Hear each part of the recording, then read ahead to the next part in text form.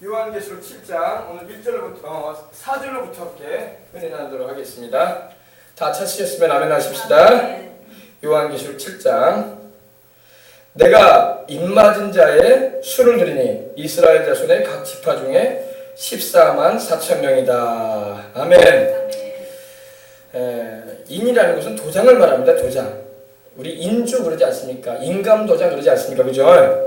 요즘 참 인감도장을 조심해야 할 때 우리가 살고 있어요. 인감도장 잘못 찍으면 큰일 납니다. 큰일 나요. 보증 한번 잘못 써가지고 담보로 잘못 자기 신용을 맡기게 되면은 나중에 사람 잃고 돈 잃고 재산 날라가고 막 그럽니다. 하나님은 이 보증에 대해서 서주지 말라고 하십니다. 찾아봅시다. 말씀이 나왔으니까 이제 말씀 전합니다.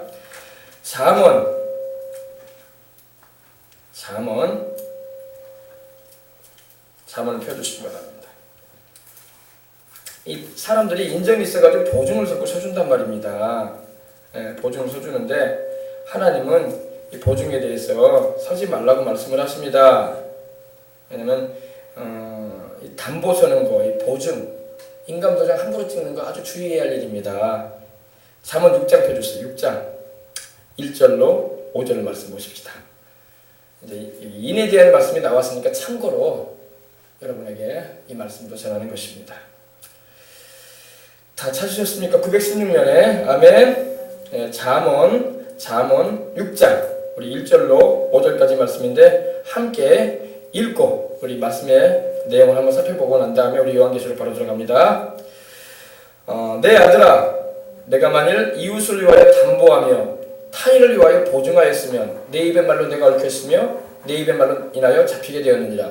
내 아들아, 내가 내 이웃의 손에 빠졌은즉 이같이 하라. 너는 곧 가서 겸손히 내 이웃에게 간구하여 스스로 구원하되 내 눈을 잠들게 하지 말며 눈꺼풀을 감기게 하지 말고 노루가 사냥꾼의 손에서 벗어나는 것 같이 새가 그물 치는 자의 손에서 벗어난 것 같이 스스로 구원하라. 아멘. 하나님의 보증 서는 것에 대해서 하지 말라고 하십니다. 아멘. 이건 제 말이 아니라 하나님 말씀이니까 솔로몬이 하나님의 성령께 감동되어져서 기록한 말씀 가운데 보증에 대한 말씀이 이렇게 나와 있어요. 오늘 많은 사람이 교회를 다니는 사람들도 같이 성도가 됐으니까 같이 믿음 안에서 형제 자매인데 전세 보증도 좀 서주고 건물 보증도 좀 서주고 돈을 은행에서 융통했다는데 융자를 받았다는데 그 빚보증도 좀 서주고 그런 사람들 막 있어요. 그러다가 어려움 당하는 거야. 아셨어요? 주님은 보증서라고 말씀 안 하십니다. 보세요. 1절에 내 아들아, 내가 만일 이웃을 위하여 담보했느냐? 다른 사람을 위해서 보증을 섰냐? 그러면 내 입의 말로 인해서 내가 얽힌 것이다. 내 입의 말로 인해서 잡혀가 되겠다. 올무에 걸려들었다 이 말입니다.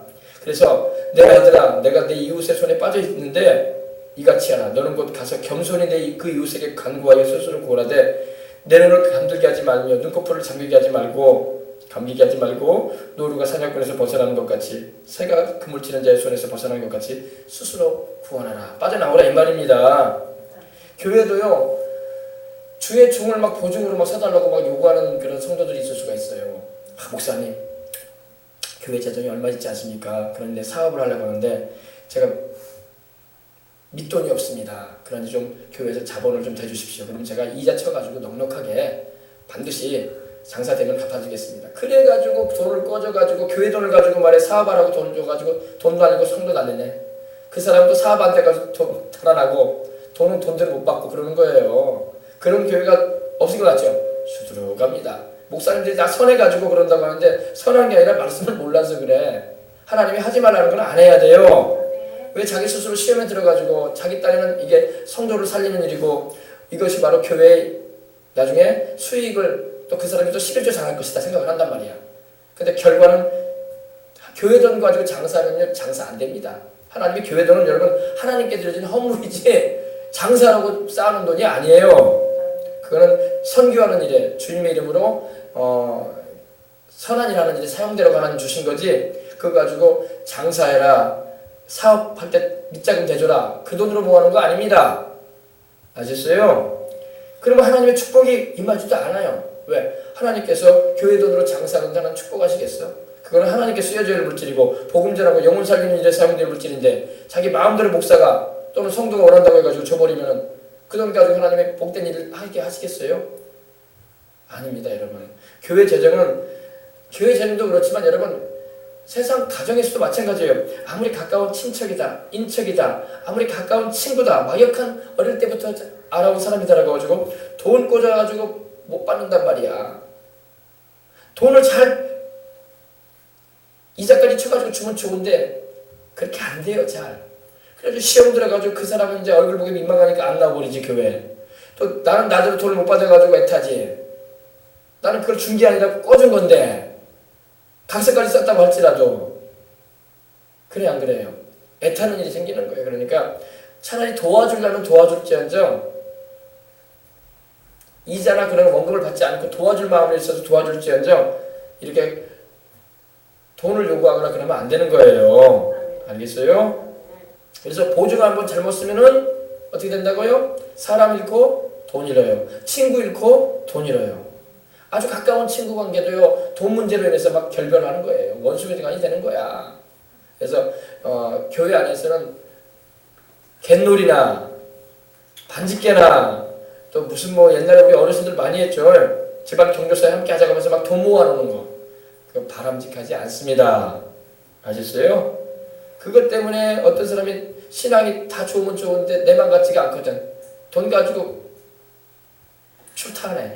지역 떠나네. 그리고 알려주지도 않네. 어디 있다고. 그런 일들이 막 벌어지는 거예요. 그러니까 교회에 큰 시험거리가 돈 문제 때문에 생기는 거야. 그래서 하나님 말씀에는 이웃을 위해서 담보했느냐? 빠져나와라. 이웃을 위해서 네가 인감도장 잘못 써가지고 꽝 찍어준 거 있느냐? 빨리 그거 파기시켜라. 없는 걸로 해라. 하나님은 말씀하시는 겁니다. 왜? 너의 그 잘못된 일로 해서 네가 올무에 들어가는 것이다. 그리고 교회로 시험 들게 하고 서로 사람 간에 상처받게 하고.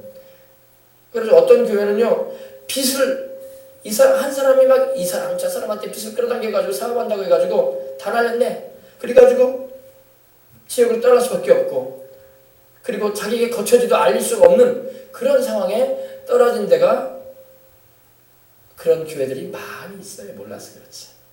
그래서 교회는 이렇게 돈놀이하는 것도 아니고, 또 우리 개인적으로도 마찬가지예요. 성도간에 자꾸 돈을 꿔주고 줄 것이다 생각하고 꿔주는데 안 준단 말이야. 그러면 자꾸 달라기도 미안하고, 또 안 준 사람은 없는 형편에 어떻게 줄 수 있냐고 이렇게 자기가 생각하기 때문에 돈을 여러분 빌릴 때는 남의 돈을 빌리는 거야. 근데 내 수준으로 들어오면은 나중에 갚으려고 하면 내 돈 갚는 것 같아. 내 돈이 아닌데 원래 그 사람 건데 아깝단 말이에요. 그래서 이런 궁리 저런 궁리 하는 그런 세속적인 사람도 있고 그런단 말입니다. 그래가지고 이 돈 문제 때문에 막 서로 원수지간이 되는 거예요. 막역한 친구 관계가 아주 소원해지고 서로 그냥 알아줄 수도 없는 그런 관계가 되어버리고 만다는 것입니다. 성경은 담보서라, 보증서라 그런 거에 참여하지 말라고 하시요 하나님이. 마귀가 돈 가지고 막 상처받게 하거든요. 신앙을 떨어뜨리고 주님에서 멀어지게 한단 말입니다. 그래서 5절에 보니까 잠언 6장 5절입니다. 노루가 사냥꾼의 손에서 벗어나는 것 같이 새가 그물 치는 자의 손에서 벗어나는 것 같이 스스로 구원해라. 네가 보증선 적 있느냐? 담보선 적 있느냐? 네가 거기에 참여해가지고 은행 빚에 네가 보증이 돼가지고 도장 찍어줬느냐? 인감도장 찍었느냐? 빨리 빠져나와라 이 말이에요. 그거 못한다고. 알겠어요? 그렇지 않으면 일 터지면은 책임을 같이 진단 말이에요. 그러면 이제 다 차압 들어오지 않습니까? 은행에서 건물도 우리 겁니다. 이거 당신이 보증 서지 않았습니까? 그 사람은 이미 파산해가지고 돈 못 갚습니다. 당신이 보증 섰으니까 보증한 대가를 치르십시오. 아파트 이거 우리 전세문서 우리가 가져가겠습니다. 그리고 뭐 냉장고니 텔레비니 다 붙여 경매권으로 그런 일이 막 벌어진단 말입니다. 그러면 하루아침에 그냥 밖으로 내앉을 수밖에 없는 그런 상황이 되는 거예요. 그래서 하나님은 보증 서지 말아라. 담보 설정하지 말고. 왜냐면 보증을 서게 하는 이유가 욕심 부려서 하는 거야. 돈이 안 되면 하지 말아야지. 근데 남의 돈을 끌어당긴단 말이에요. 그래서 친구 돈, 이웃 돈, 형제들 돈 끌어당겨가지고 일이 잘 되면 되는데 안 된단 말이에요. 욕심 끌어간다고 되는 세상이 아니에요. 그러면 사업 망하는 사람이 없어야지. 파산 신청하는 사람이 없어야지. 부지기수야지, 부지기수. 그래서 하나님은 미리 말씀하신 거예요. 보증 서지 말아라. 담보도 하지 말아라. 인감도좀 함부로 찍지 말아라. 정말 찍어주려면 자식한테는 찍어줘. 자식은 뭐 손해봐도 소용없잖아. 괜찮잖아요. 내 자식인데 어떡해. 그죠? 자식이고 자식이 사업한다면 부모는 보증서 쓸 수 있는 거예요. 이게 날라가도 돈 다 탕진하고 날라가도 내 자식이 쓴 건데 뭐라고 할 거야. 그죠? 그건 속상하지 않다고요. 근데 남한테 빌려줘가지고 날라가고 그러면은 받지도 못한 돈이 돼버려가지고 속상하다고. 그죠? 자식이 써버리면 속상하지 않아. 그런 부모도 있나 모르겠네. 근데 자식도 거꾸로 돼가지고 부모가 자식 내 걸 가져갔다고 하면 속상해. 그게 이상한 거야, 그게. 그죠? 부모는 자식이 다 날려버려도요, 그 자식만 귀하게 여기기 때문에 돈 별로 그렇게 중요시하지 않습니다. 너만 있으면 된다. 너만 살아있으면 된다. 너만 아무 일 없으면 된다는 생각인데, 자식은 안 그래요. 자식은 부모가 더 귀한 게 아니라 돈이 더 귀해가지고, 엄마 때문에 돈 달라졌다. 왜 그때 돈 달라고 해가지고 이렇게 어려움을 나한테 주냐고. 나는 앞으로 살아갈 날도 많은데 말이야. 그래서 투정 부리는 게 자식이야. 그러니까 부모 사정도 알고 자식 대응다는 거야. 부모는 내리사랑이고 자식은 위로사랑인데 물이 위로 안 올라가는 것처럼 부모를 사랑하는 마음이 약하단 말이에요. 그게 사람 세상. 그래서 하나님이 내 부모 공경해라 그러는 거야. 그래서 네 자식 사랑하라는 말은 성경에 하나도 안 나오네. 왜? 하나님이 자식 사랑하는 마음은 다 주셨어. 그래서 자식 사랑하는 말은 성경에 없어요. 부모만 공경해라. 그렇게 말씀하고 있는 거예요. 그러니까 하나님이 참 놀라운 거야. 하나님께서 사실 자식들한테 내 부모를 공경하라 그런 말씀을 많이 하시는데, 부모한테 네 자식 사랑해라, 네 자식 사랑해라, 제발 좀 사랑해줘, 그런 말은 없어요 성경에. 내리 사랑해서 다 사랑하지 않거든. 자기 새끼 귀하지 않단 말이에요. 그러니까 이 물질 문제는 꼭 부모 자식 간에도 부모 마음 다르고 자식 마음 다르다고 무슨 일이기 같지만, 그래서 보증 쓰려고는 자식한테나 좀 써주고, 그 외에는 좀 멀리하는 게 좋습니다. 괜히 인정사정 받는다고 해가지고 남이 욕심껏 그냥 사업하려고 하는 돈에만 투자하다가 잘 될 줄 알았더니 안 되는 경우가 허다해. 더군다나 교회에서 막 돈을, 목사님 교회 재정이 많으시지 않습니까? 그 재정 가지고 나를 좀 사업자금을 좀 투자해 주십시오. 그러면 내가 이번에 잘 되면 11조다 듬뿍 드리고 이자 쳐가지고 내가 감사금도 듬뿍 드리겠습니다. 말은 잘하네. 근데 교회 돈 가져가지고 잘 되지가 않아요. 왜냐면 교회 돈은 사업자금을 하나님 주신 게 아니야. 복음 전하고 영혼 살리라고 주신 돈이지. 아멘. 하나님 섬기는 물질이지. 이거 잘 알아야 돼요. 모르고 해도 하니까 다 잘 될지 알아. 결국에는 다 날려요. 다 날려요. 그 성도들이 피땀 흘려가지고 하나님께 감사함으로 드린 물질이 다 날아가는 거예요. 그래가지고 어떤 분이 얘기 들으면 이렇게 6억을 날렸대. 성도한테 빌려줘가지고 6억. 그래서 못 받았대 또. 성도는 떠나버리고. 그 6억을 못 갚고 있으니 뭐 성도 교회 나올 수 있겠어요? 부끄러워서 못 나오지. 그러니까 그러지 말란 말이에요. 차라리 차라리 돈 안 빌려줘가지고 좀 서운한 감이 있더라도 교회는 떠나지 않게 하란 말이야. 알았어요? 그러나 잘못하게 되면 돈 잃고 사람 잃는 거야. 둘 다 잃어버려. 귀한 친구 잃어버리지. 준 그 돈 잃어버리지. 서로 마음만 상처받는 거야. 그래가지고 교회 안 나온다고 해버리지. 그러면 안 된다고. 그러니까 좀 서운한 감이 있어도 줄 돈이면 줘버리고, 내가 사랑하는 마음으로 안 받겠다. 이거 필요하면 이거만큼 쓰라 하면서 줘버리지. 얼마 이자 쳐가지고 갚아라 이렇게 조건 걸고 하게 되면 반드시 시험 된단 말이에요. 그리고 또 안 갚느냐고 말하면 어떻게 교회 다니는 사람이 나한테 그렇게 할 수가 있느냐. 신앙이 좋다면서 꼭 이걸 받으려고 하느냐. 이러면 또 더 마음 상하다고. 서로 시험 드는 거야. 알겠습니까?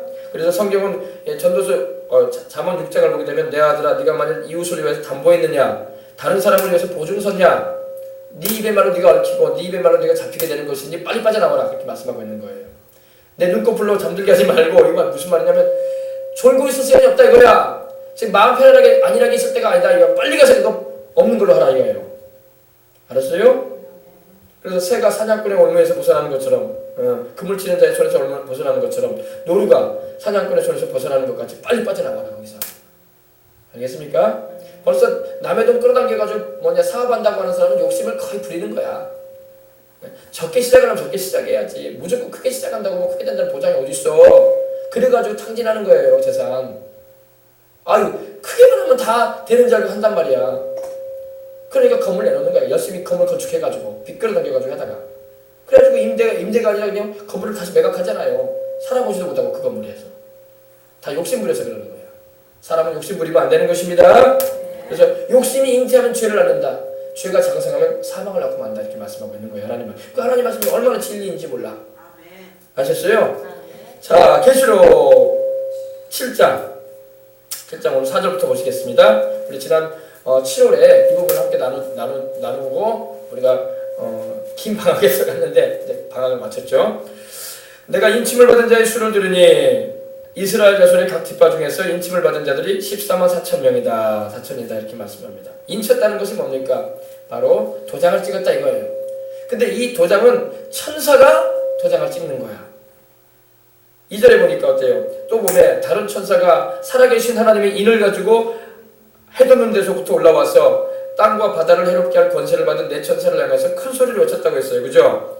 이르되 우리가 우리 하나님의 종들의 이마에, 머리 이마 여기 말입니다. 포헤드 이마에 인치기까지 땅이나 바다나 나무들을 해하지 말라 하더라. 그죠? 마이크가 좀 울리죠? 마이크가 좀 울리죠?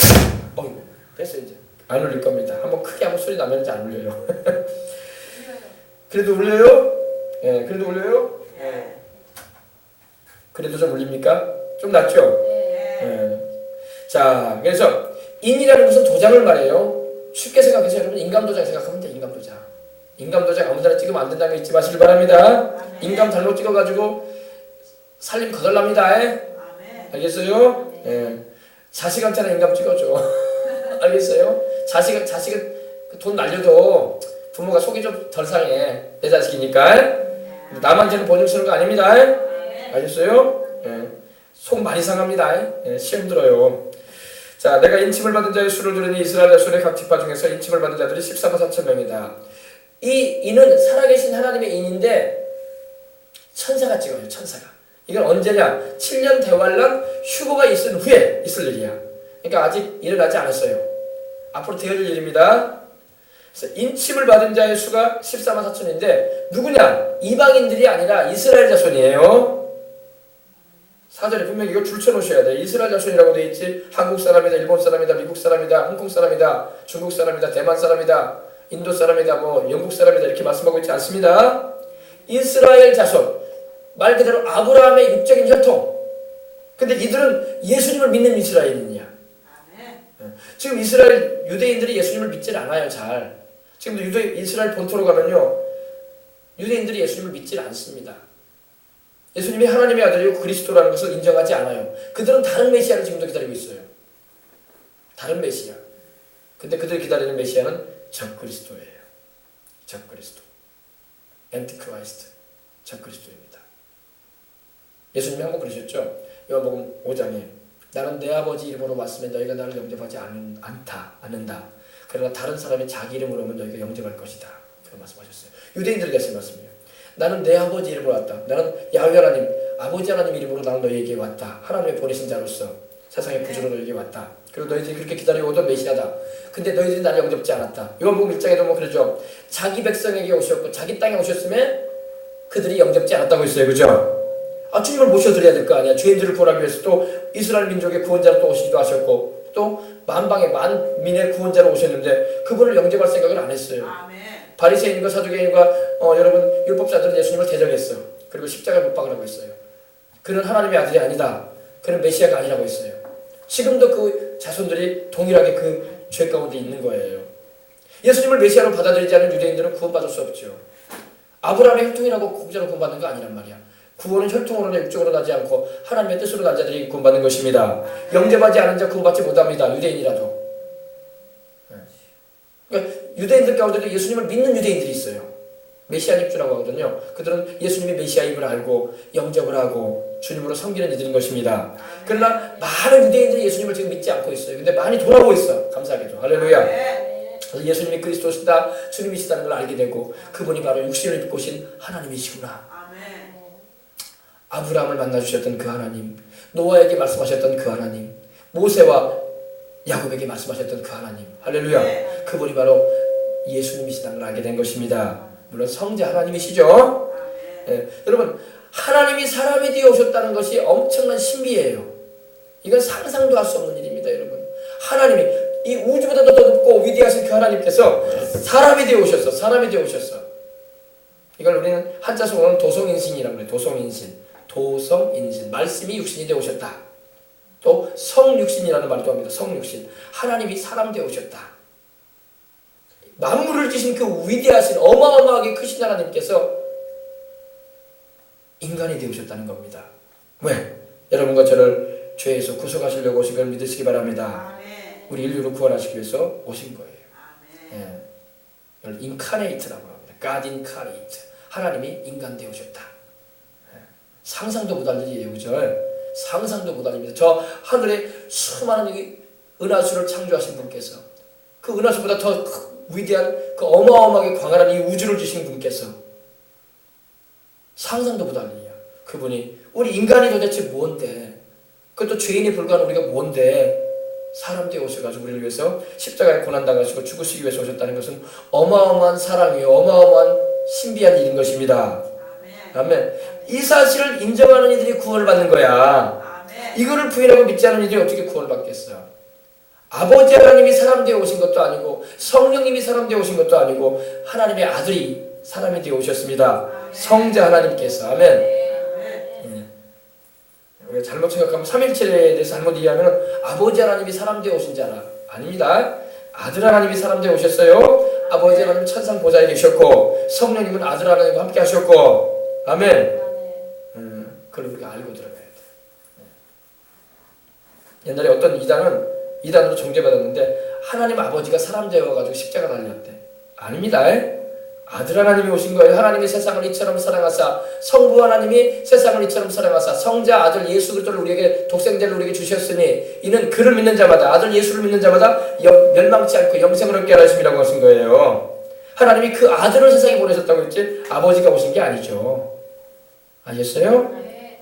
잘 알아야 돼. 그리고 그 아들을 통해서만 우리가 구원받는 거야. 그 아들을 통하지 않고는 우리가 영생을 얻을 수 있는 방법이 없어요. 답이 없어요. 답이 없어. 우리 인생에게 답이 안 돼요. 그 누구도 우리를 영생을 얻게 할 수가 없습니다. 근데 이 사실을 이스라엘인들이 구약 성경이라도 제대로 알고 깨달았다면 예수님을 영접했을 텐데 깨닫지도 못하고 성경을 봐도 뭔지도 모르고 있었던 거야.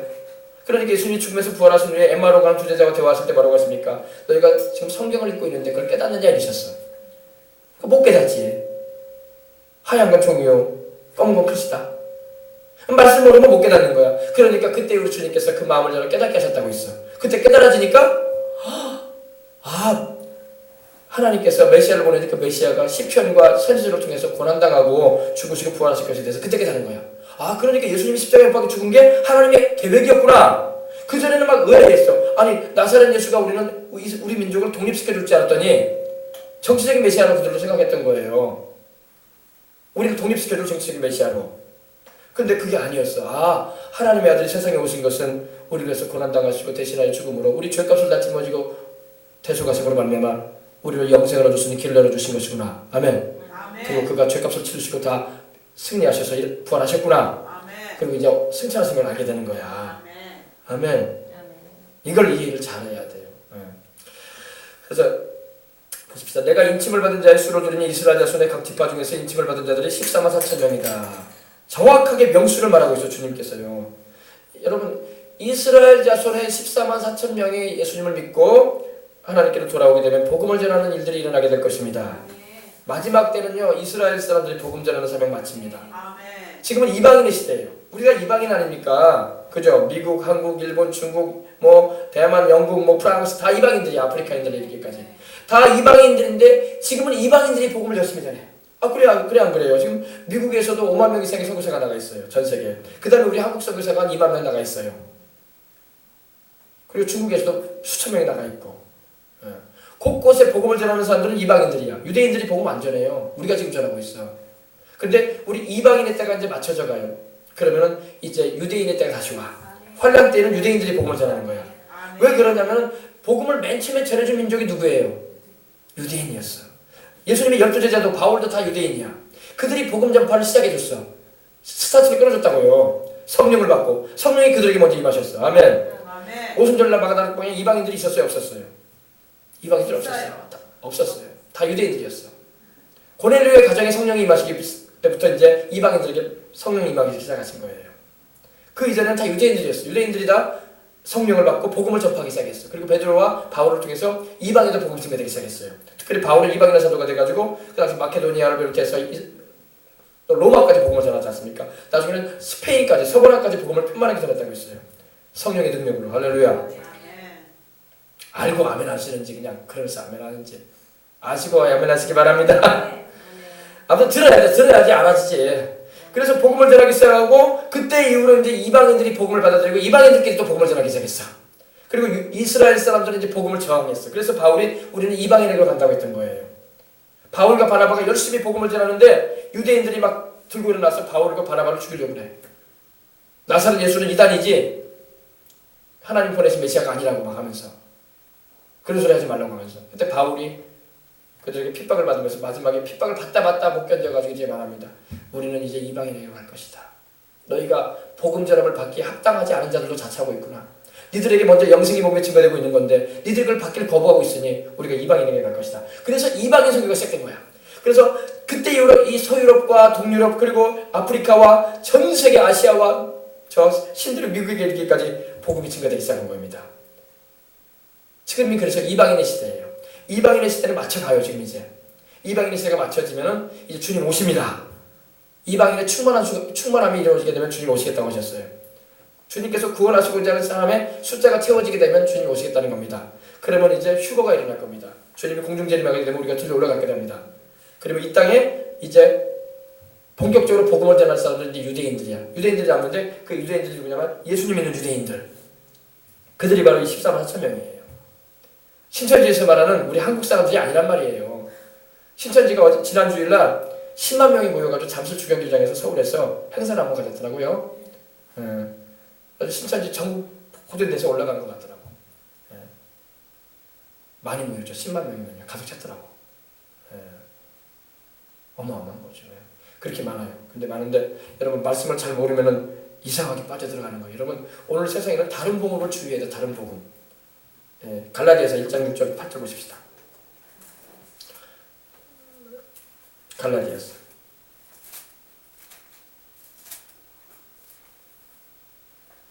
1장 6절로 8절.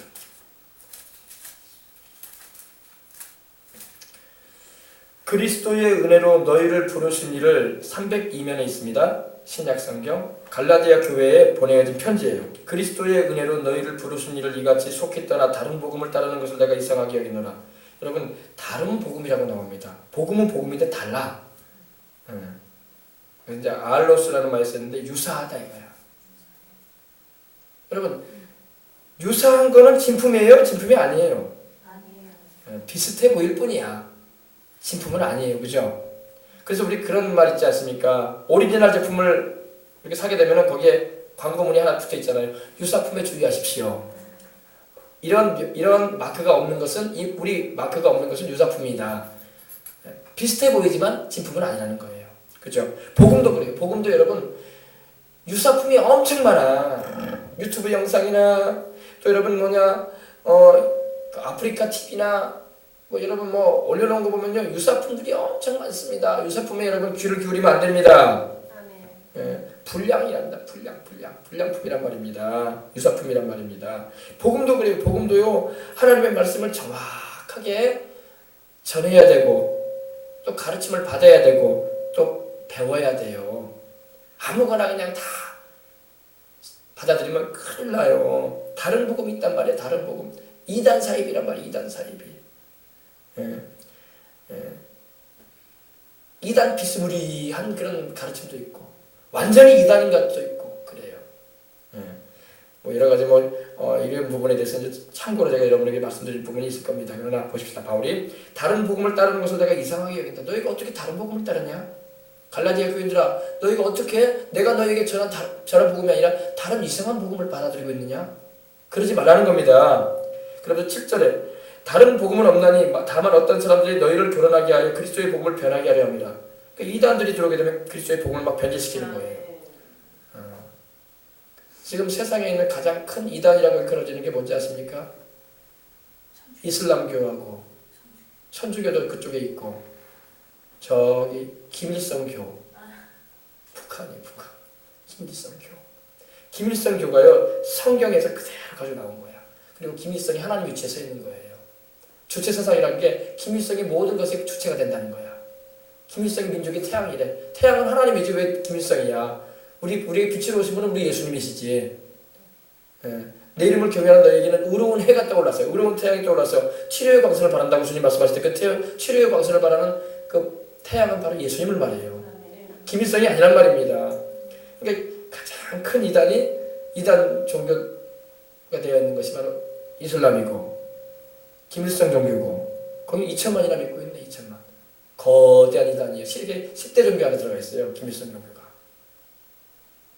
우리는 그냥 김일성 공산주의 사상 아니냐. 사상이 종교가 됐다니까 거기는요. 사상이 종교가 돼버렸어요. 그래서 변형된 공산주의라고 합니다. 북한을. 공산주의긴 공산주의인데 변형이 됐어. 우상숭배로 변형이 됐어. 여러분 스탈린이나 레닌이나 중국의 마오쩌둥이 종교가 되어 있지는 않아요. 혁명을 일으킨 혁명 분자들이지. 혁명을 일으켰던 그런 공산주의 혁명을 일으켰던 사람들하고 우리 그렇게 종교롭게 안 하지. 우리가 신으로 여기지 않잖아요. 북한에는 김일성이 신이야. 그래서 금수상 궁전에 지금도 그 시신을 안치해놓고 그 앞에 경비하잖아요. 김정일, 김일성 시신 갖다 놓고. 시신도 처리하지도 않아 그냥. 방문에 처리해가지고 계속 그거 계속 보관해놓고 있지 않습니까? 또 이슬람도 이단이에요. 이슬람도 왜 이단이냐? 이슬람도 세계에서 가장 큰 이단이야. 왜? 그들도 예수님을 말하고 있어. 근데 우리가 말하는 예수님이 아니야. 그들은 이사라고 그래요. 이사.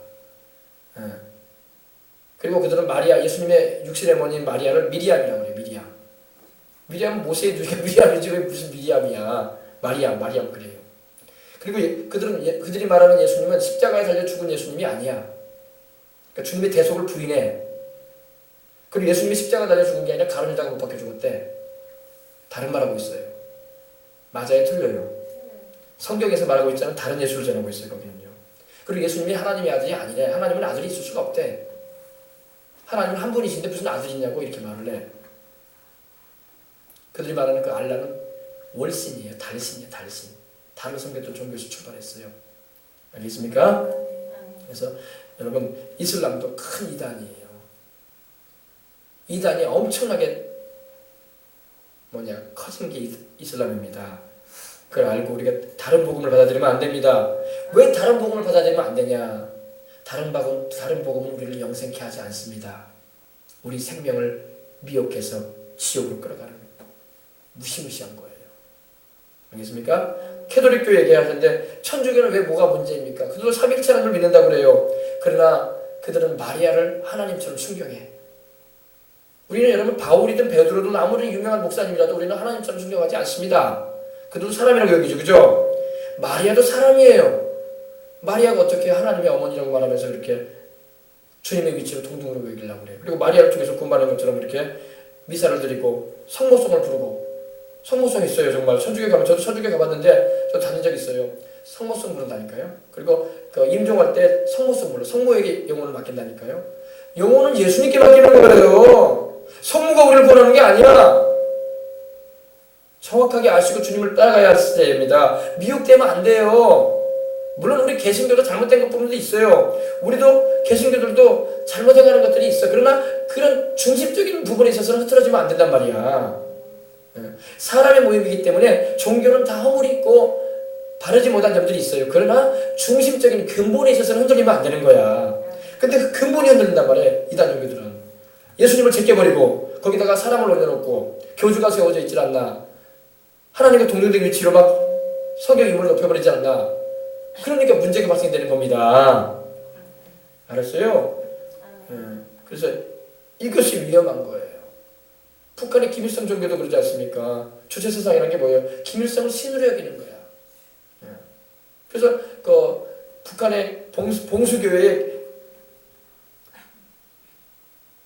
그 전도사님이 있는데 많은 전도사, 조선인민주의인민공화국에서 이제 안수받았는지 그 어영교회야, 어영교회. 그러니까 쉽게 말하면 그 김일성을 위한 종교야, 기독교가. 그래가지고 인터뷰를 하는데 그러다 우리는 김일성 수령님이 하나님입니다 그러더라고요. 전도사 입에서 그렇게 나온다니까 말이. 그럼 유튜브 들어가봐요. 그 사람 인터뷰에 나와. 우리는 김일성 수령님이 하나님입니다 그래요. 그 사람이 직접 인터뷰하면서. 그리고 예수님의 부활도 인정하지 않아. 전도사가 돼가지고 부활도 인정하지 않는다니까요. 이상한 종교가 돼 있다니까요. 알겠습니까? 그러니까 성령님의 역사가 없는 거야. 알겠어요? 그래서 다른 복음은 없다고 성경 말씀하고 있는 겁니다. 다른 복음은 없나니 다만 어떤 사람들이 너희를 교란하여 그리스도의 복음을 변하게 하려 함이라. 그러나 8절에 또 굉장히 중요한 말씀합니다. 8절 9절 보십시다. 그러나 우리나 혹은 하늘로부터 온 천사라도 우리가 너희에게 전한 복음 위에 다른 복음을 전하면 뭘 받는다? 저주받는다. 여러분 저주에 대한 말씀을 이번 주간에 제가 우리 성도들에게 전하는, 이번 주 주일까지도 전하는데 저주받아요. 저주. 왜 다른 복음 받아들여도 저주받을 짓을 합니까? 저주는 무섭습니다. 가장 큰 저주가 뭐예요? 지옥에 던져지는 거야. 저주받은 자들아 나를 떠나라. 그리고 마귀와 그 사자들을 위해서 예비된 영원한 불에 들어가라 그러시잖아요. 마태복음 25장 41절에 제 말 아니에요. 주님 말씀이에요. 주님이 왼편에 있는 자들에게 뭐라고 하셨어요?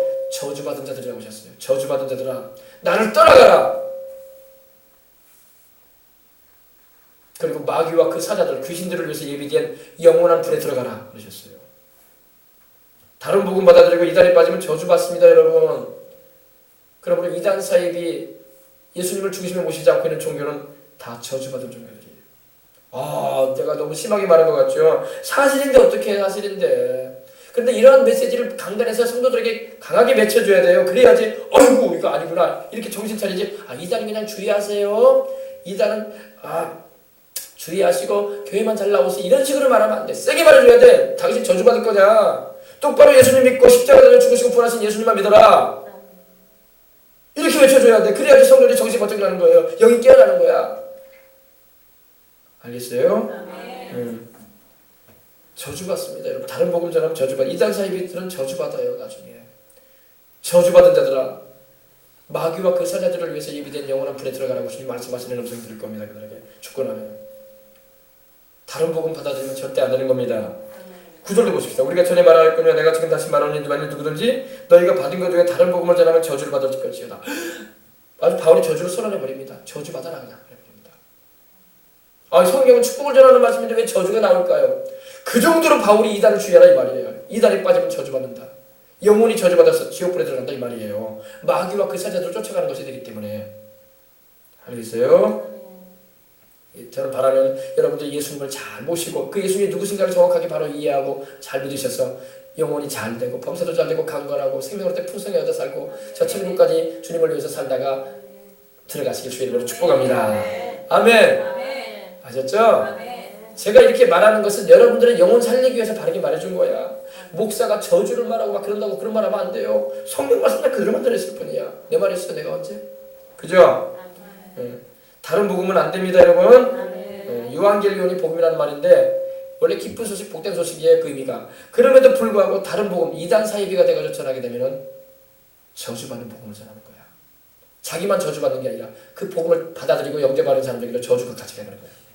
그러니까 목사 한 사람이 잘못되어 있으면 성도가 다 저주받는 길로 가요. 이단 사이비 목사들 돼봐요. 성도들 다 지옥으로 가는 거야. 장님이 돼가지고 장님을 이끌어가는 거야. 함께 구렁에 떨어진다고 주님 말씀하셨던 거예요. 소경이 소경을 인도하면 어떻게 되겠느냐? 함께 구덩이에 빠진다고 되어 있어요.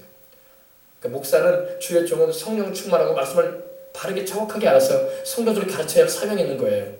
사람이 많이 모이든 적게 모이든 많이 모인다고 여러분 자랑할 거 없어. 목사가 잘못돼버리면 성도들 다 지옥으로 가네. 그 목사가.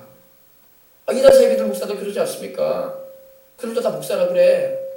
그래 안 그래요? 큰일 나요. 그러면 그 받을 형벌이 얼마나 무서운지 아세요?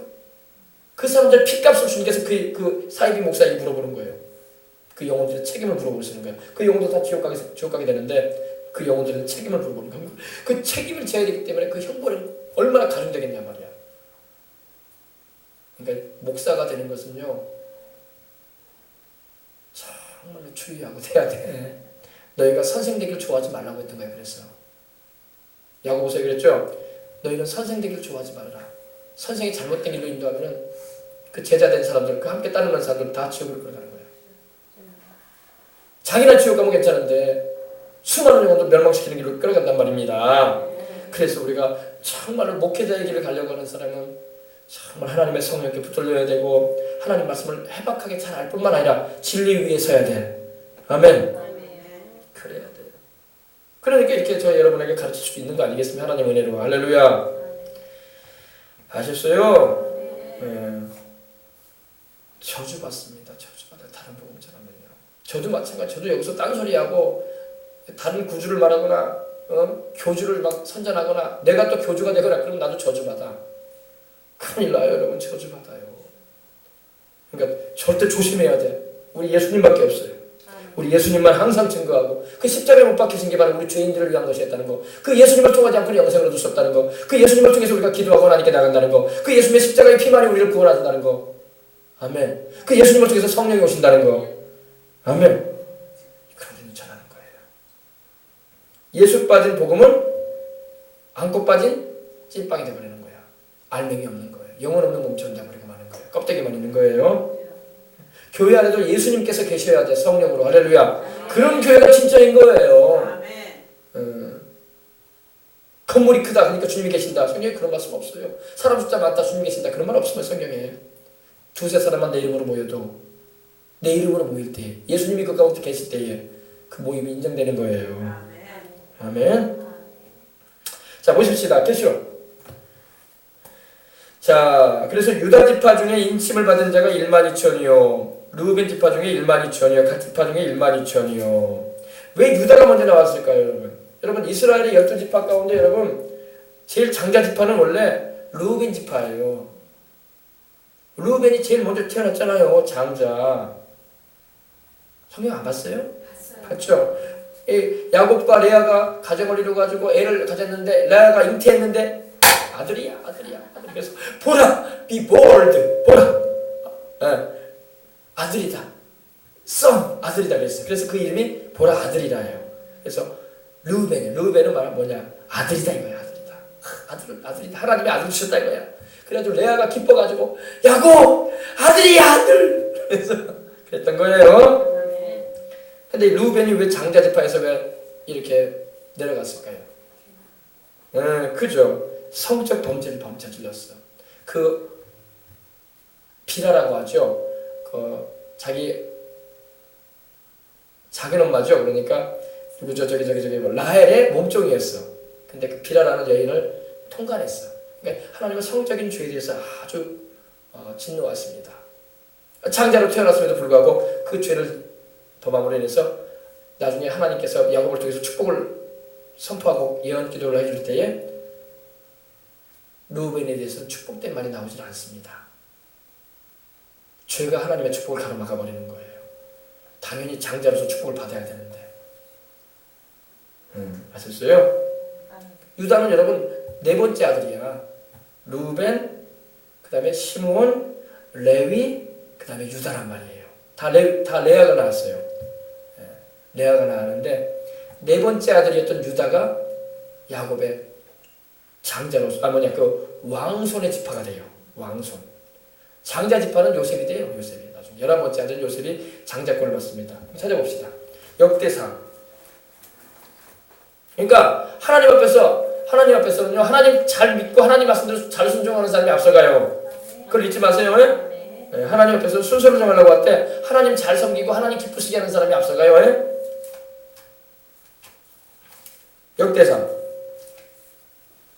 이것도 우리가 알고 들어가야지 말씀을 이해할 수 있는 거예요. 역대상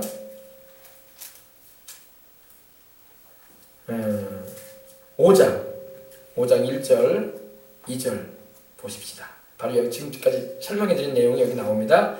이스라엘의 장자 큰아들 르우벤의 아들들은 이러하니라. 르우벤은 장자라도 그의 아버지의 침상을 더럽혔으므로 장자의 명분이 이스라엘의 아들 요셉의 자손에게로 돌아가서 족보의 장자의 명분대로 기록되지 못하였느니라. 아멘. 그 이유가 나오죠. 장자로 태어났음에도 불구하고 장자의 명분을 당연히 받아야 됨에도 불구하고 그 아버지의 침상을 더럽혔어요. 아버지의 아내 되는 여인을 건드렸단 말입니다. 이거 하나님은 윤리적인 면도 굉장히 중요시하는 거야. 아셨어요? 그래서 이스라엘의 아들 요셉의 자손에게도 장자의 명분이 돌아갔다고 말씀하고 있습니다. 요셉의 자손이 누구예요? 므낫세와 에브라임인데 에브라임이 장자 지파가 되는 거야. 둘째 아들이. 여기서 또 둘째 아들이 장자 지파가 돼요.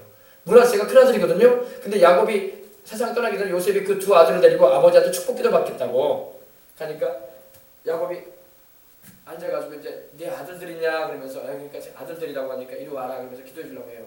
근데 이렇게 기도를 해줄 줄 알고 장자를 므낫세를 오른쪽으로 서게 하고 에브라임을 왼쪽에 서게 했어요. 이렇게 손 얹어 기도하잖아요. 이렇게 기도해 버린 거야. 그러니까 요셉이 놀래가지고 아버지 지금 어떻게 하시는 거냐고. 얘가 장자라고 므낫세가 장자라고 얘한테 오른손을 얹으셔야 되지 않냐고. 그러니까 나도 알고 있다 안다 아들아. 그러나 하나님의 뜻이 이렇게 된 거였어.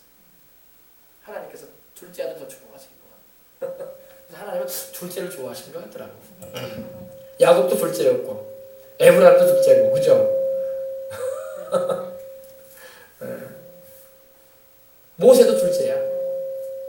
아론 동생 아니야. 그래 안 그래? 모세도 둘째야. 하나님은 둘째를 좋아하는 것 같아. 큰애를 좋아하지 않고. 희한해. 그래서 우리 하나님의 마음은 모르겠어요. 그래서 어쨌든 하나님 앞에서 바로 서려고 하시길 바랍니다. 그래서 2절 보십시다. 유다는 형제보다 뛰어났다고 했어요. 그죠? 유다는 다른 형제들보다, 11형제들보다 뛰어나고, 주권자가 유다에게서 났어. 주권자가 뭐예요? 왕, 다스리는 리더. 주권자가 유다에게서 났으나 장자의 명분은 누구한테 있다고 해도? 요셉한테 있었다. 요셉에게 장자의 축복을 주는 거예요. 그래서 하나님, 야곱이 축복할 때 49장을 보게 되면, 창세기 49장을 보면 유다에게 축복이 많이 가고 요셉한테 엄청 가. 특별히 요셉한테는 물질적 축복이 엄청 가. 아셨어요? 그래서 나중에 이제 북이스라엘과 남유다로 나눠질 때에 유다는 바로 다윗 지파고, 그리고 북이스라엘은 바로 에브라임 지파였었어요. 에브라임이 중심이 돼가지고 주를 이루었던 지파였던 것입니다. 그래서 에브라임을 하나님이 사랑하신다는 그런 말씀이 이사야서에서 보면 나와요. 에브라임을 하나님. 아셨어요? 이 정도만 하십시다. 재밌죠? 재밌어요. 근데 야곱이 마누라가 넷이다 보니까 여자들이 막 경쟁을 했어. 막 서로 남편 차지하겠다고. 참 시끄러워서. 그래가지고 야곱이 참 인생 힘들었어. 밤마다 막 여인들이 막 서로 자기 방으로 오라고 하니까. 그래가지고 야곱은 라헬을 제일 사랑하는데, 어쨌든 뭐 그건 그 집안 얘기고. 막 그랬습니다. 그래가지고 막 애 낳는 것도 경쟁을 했네 막. 근데 여러분, 아니 하나님이 한 남자에 한 여자를 주셨는데 왜 그런 일이 있을 수 있습니까? 이렇게 말하는데 그때는 아직 율법이 세워지기 전이었어. 모세 율법이 세워지기 전에 있었던 일이었어요. 모세 율법이 세워질 때 하나님께서 모세를 통해서 십계명 줄 때는 간음하지 말라고 하시고, 그죠? 여러 여자 거느리지 말라고 하나님이 허락하지 않잖아요. 근데 그 이전에는 하나님 허용해 주셨어. 그냥 허용해 주셨어. 그러니까 법이 있기 전에는 법대로 안 해도 죄가 되지 않았던 거야. 그래 안 그래요? 근데 법이 제정된 후에는 그렇게 하면 죄가 되는 거야. 아시겠죠? 그러니까 또 여러분 또 속으로 아이고 하나님이 뭐 한 남자에게 한 여자를 주셨는데 왜 이렇게 여러 여자를 거느려도 하나님은 하실 수가 있냐 이렇게 생각하는데 그 이유가 있는 거예요. 아직 율법이 제정되기 전이었어. 양심대로 살았던 시대였을 때.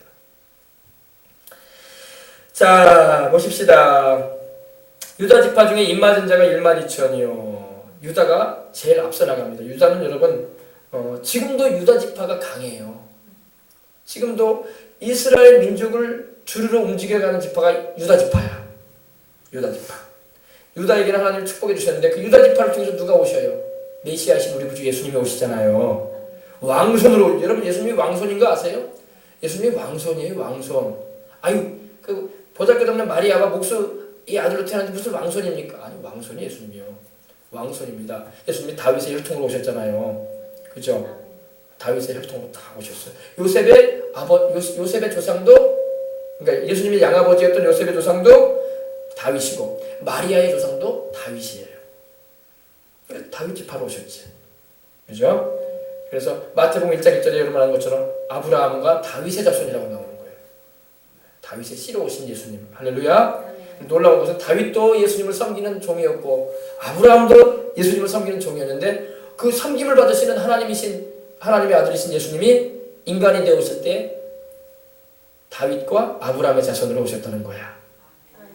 그래가지고 아브라함이 좋아가지고 어땠다고요? 막 기뻐 뛰었어요. 자기 자손으로 이렇게 우리 주님께서 오셨다는 걸 알게 되고. 그게 요한복음 8장에 말씀하고 있잖아요. 43절에 한번 찾아봅시다. 이걸 알아야지 우리가 여러분 복음서를 읽을 때 깨달아지는 거예요.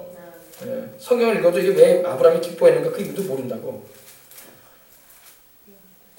56절 보십시다. 8장 56절 160년에 있습니다. 너희 조상 아브라함은 나이 때 볼 것을 즐거워하다가 보고 기뻐하였느니라. 아멘. 아브라함이 나이 때가 누구예요? 바로 예수님께서 세상에 오셔서 그 자기 씨로 오신 예수님을 통해서 온천한 만민이 복을 얻는다고 주님이 예언해 주셨는데 하나님이 그 말씀이 이루어질 것을 바라보면서 기뻐했다는 거야. 너무너무 좋아가지고. 아니 다른 사람도 아니고 내 자손을 통해서 구주께서 오시는데 그분께서 오시는데 그분을 통해서 천하 만민이 복을 받는다고 하니. 그래서 여러분 예수님을 통해서 천하 만민이 영생을 얻잖아. 가장 큰 축복 받잖아. 믿으면 그죠? 그리고 복을 받잖아. 영혼이 잘된 같이 범죄에 잘되고 강건하고. 아멘.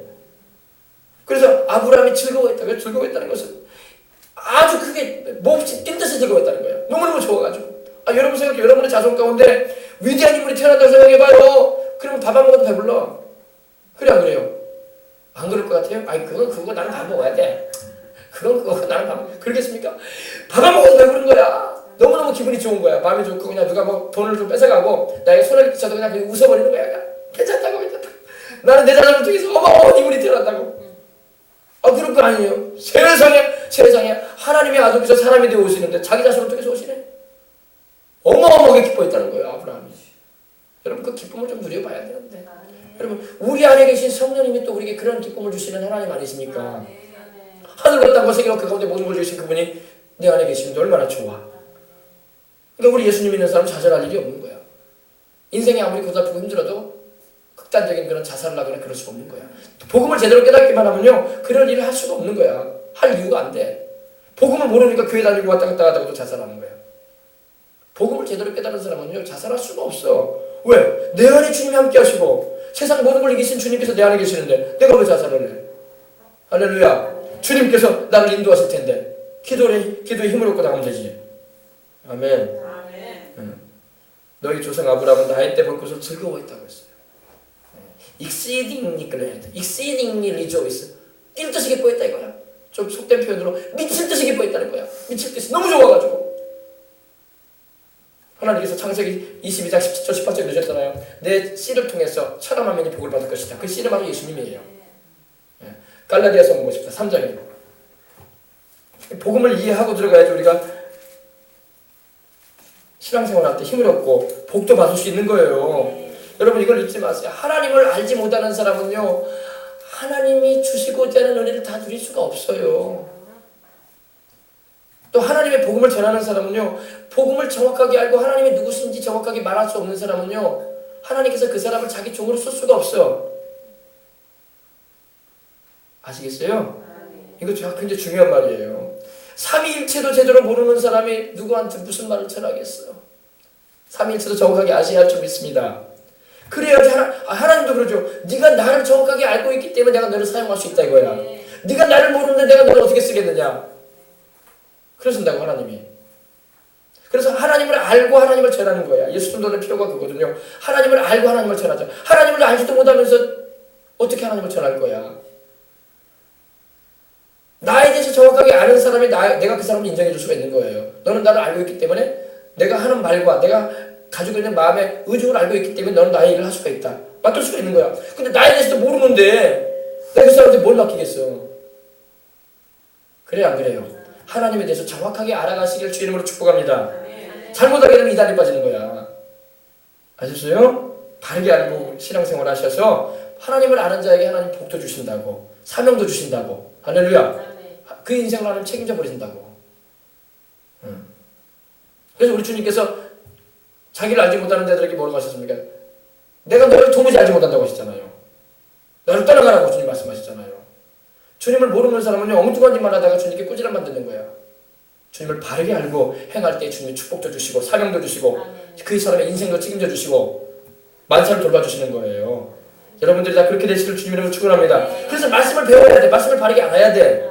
이렇게 와야 돼. 근데 모르더라고 사람들이. 막연한 하나님을 믿고 있더라고 다들. 성경이 말씀하시는 하나님은 어떤 분인지 알아야지.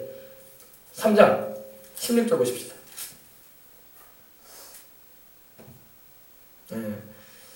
이는 그리스도 예수 안에서 아브라함의 복이 이방인에게 미치게 하고 우리로 하여금 믿음으로 말미암아 성령의 약속을 받게 하려 하심이니라. 아멘. 아멘. 16절 보세요. 14절 우리가 함께 읽었죠. 16절 보십시다. 이 약속들은 아브라함과 그 자손에게 말씀하신 것인데 여럿을 가리켜 그 자손들이라고 하지 아니하고 오직 한 사람을 가리켜 내 자손이라고 하셨으니 곧 누구라?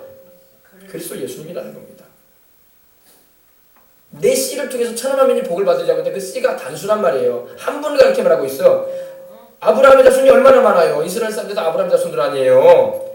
그죠? 그 사람들을 다 말한 게 아니라 그 가운데 메시아로 오실 예수님을 가리켜 말씀했다는 겁니다. 아셨어요? 그래서 창세기 18장 22장 보시란 말이에요. 아브라함이 그 아들 독자 이삭을 하나님께 모리아산에서 제물로 드릴 때에 하나님께서 그 아들도 살리시고 아브라함의 믿음을 테스트하신 후에 그가 순종하는 것을 보신 다음에 그에게 어마어마한 축복을 명하시잖아요. 이 말씀 제가 우리 성도들한테 여러 번 전했는데 여러분 이 말씀은 자꾸 들어도 은혜가 되는 거야. 할렐루야. 아이 목사님 아브라함하고 나하고 무슨 상관이 있어요? 아브라함이 우리 믿음의 조상이라니까. 아브라함처럼 우리가 하나님을 믿어야 된다니까. 아브라함이 받은 복을 우리도 받는다니까. 아멘. 자 17절 보십시다. 16절부터 15절부터 봅시다. 여호와의 사자. 여기서 여호와의 사자는 바로 구약에 나타나신 예수님이에요. 구약에 나타나신 예수님을 여호와의 사자라고 성경에 나옵니다. 아셨어요? 기드온에게도 여호와의 사자가 나타나셨었죠. 또 여호와의 사자가 어디에 나타나요? 모세에게도 나타나셨죠. 그래 안 그래요? 성경 읽으면 나오잖아요. 그죠? 또 아브라함에게도 여호와의 사자가 나타났습니다. 또 야곱에게도 여호와의 사자께서 나타나셨어요. 이분이 바로 성육신 하시기 전에 구약에 나타나신 예수님이에요. 성자 하나님 있습니다. 여호와의 사자가 하늘에서부터 두 번째 아브라함을 불러 이르시되 여호와께서 이르시기를 내가 나를 그렇게 명사노니 내가 이같이 행하여 내 아들 내 독자도 아끼지 아니하였은즉 내가 내게 큰 복을 주리라. 아멘. 네 씨가 크게 번성하여 하늘의 별과 같고 바닷가의 모래와 같게 아니라. 아멘. 그리고 네 씨가 단수를 말합니다. 그 백성이 대적의 성문을 차지할 것이다. 또 네 씨로 말미암아 천하 만민이 복을 받으리니 이는 네가 나의 말을 준행하였음이니라 하셨다 아니라. 아멘. 이 어마어마한 축복을 아브라함이 받았어요. 그리고 이 말씀을 받았기 때문에 아브라함이 기뻐 뛰었던 거야. 좋아가지고 이게 무슨 말씀이냐. 천하 만민이 복을 받는 자손이 온다고 나를 통해서. 밥을 안 먹어도 배부르는 소리 아니야. 그죠? 남이 내 재산 다 뺏어가도 기쁘단 말이야. 왜? 슬프지가 않아. 내 자손을 통해서 천하 만민이 복을 받는다는데 얼마나 큰 축복이야. 그죠? 우리 자손 가운데 여러분 큰 인물, 시장이 나와도 집안에 명예가 되고 도지사가 나오면 더 명예가 되고 아이고 뭐 장관 하나 나왔다면 막 날라가죠 뭐 그냥. 그래 안 그래요? 막 유엔 사무총장이 나왔다더라. 반씨 가문은 그냥 난리 났어. 그래 안 그래요? 이번에 이제 마치기도 하지만 또 대통령이 나왔다 생각해보세요. 유명한 인물이 하나 나왔다. 한 5년밖에 안 하는데 5년 다닌 지밖에 안 되는데도 대통령 한번 나왔어. 그럼 그 집안이 그냥 난리가 나죠. 그 사람이 뭐 남이 자기 거 뺏어간다고 나쁘게 말하겠어? 가져가시. 내 아들이 대통령이요. 내 자손이 대통령이요. 할렐루야. 그럴 거 아니에요. 아브라함이 그랬다면 아브라함이 너무 좋아버렸어. 그래서 나의 때 볼 것을 기뻐하고 즐거워했다고 하셨습니다. 주님이. 하나님의 아들이 세상에 오셔서 모든 인생들로 영생의 복을 받게 하고 또 자손이 큰 복을 받는다고 하나님 말씀하시니 뭐 더할 나위가 없는 거죠. 할렐루야. 근데 그분이 바로 우리 주 예수님이신 거예요. 그러니 여러분 이단 사이비는 이런 근본이나 출처가 없는 거야. 막 갑자기 급조돼가지고 내가 메시아다, 내가 이긴 자다, 내가 바로 성경이 말하는 재림주다. 새빨간 거짓말이야. 근거도 없는 바라고 있는 거야. 예수님밖에 없어요. 예수님은 출처가 분명하잖아요. 아브라함의 자손으로 오시고 유다 지파로 오시고 다윗의 혈통으로 오시고 동정녀에게 탄생하시고 할렐루야. 그리고 구약에 예언된 대로 십자가에서 우리를 위해서 죽으시고 부활하심으로 구주가 되시고 분명한 출처가 있는 거예요. 베들레헴에서 탄생하시고 아멘. 성령님 임재돼가지고 오시고 그 이름이 임마누엘이시고 근거가 있단 말이야. 근거가 없는 이단들을 따라가니 얼마나 어처구니가 없는 일을 하고 있는 거예요. 여러분과 저는 이걸 알고 근거가 있다는 걸 잊지 마시길 바랍니다. 이 루트가 분명히 우리는 있단 말이에요. 뿌리가 있단 말입니다. 신앙에. 구약이 우리에게 그 뿌리를 보여준다고. 메시아의 뿌리를. 아멘. 예, 오늘 참고로 이렇게 말씀드립니다. 유다 지파가 바로 다윗 지파예요. 유다 지파 중에 입맞은 자가 12,000이요. 르우벤 지파 중에 입맞은 자가 12,000이다. 르우벤은 장자로 태어났음에도 불구하고 그 아버지의 침상을 더럽힘으로 말미암아 축복을 받지 못한 지파가 되어버리고 말았어. 축복을 받지 못했다는 건 뭡니까? 번성하지 못한다는 거예요. 쉽게 말하면. 르우벤 지파는 번성치 못했어. 그랬어요. 장자로 태어났음에도 불구하고 기력의 시작이라고 야곱이 칭찬까지 하고 너는 나의 기력의 시작이다. 그리고 내 위강이 초등한 자다.